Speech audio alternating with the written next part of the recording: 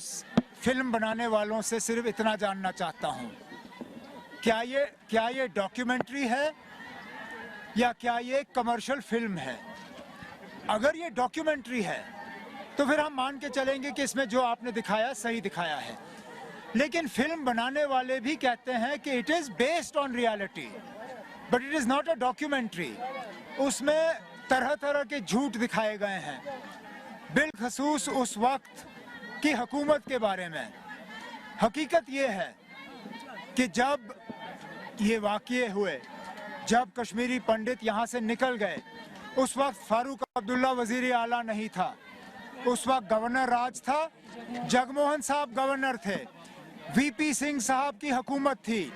और वीपी सिंह की हुकूमत के पीछे कौन खड़ा था? बीजेपी की हुकूमत थी मरकज में जब कश्मीरी पंडित यहाँ से चले गए।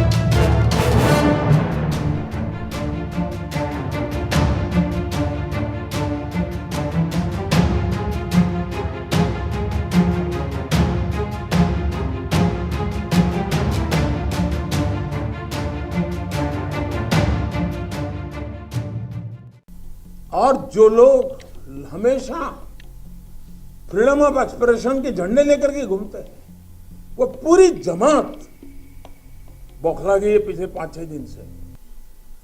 और ये फिल्म का तथ्यों के आधार पर, आर्ट के आधार पर उसकी विवेचना करने के बजाय उसको डिस्क्रेडिट करने के लिए एक बड़ा मुहिम चला है। आपने देखा होगा, एक पूरी इकोसिस्टम कोई सत्य उजागर करने का साहस करे, उसको जो सत्य लगा उसने प्रस्तुत करने की कोशिश की, लेकिन उस सत्य को न समझने की तैयारी, न स्वीकारने की तैयारी है, न ही दुनिया इसको देखे इसके लिए उनकी मंजूरी है। जिस प्रकार का षड्यंत्र पिछले 5-6 दिन से चल रहा है।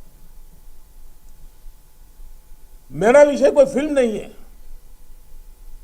मेरा विषय है कि जो सत्य है उसको सही स्वरूप में देश के सामने लाना देश की भलाई के लिए होता है।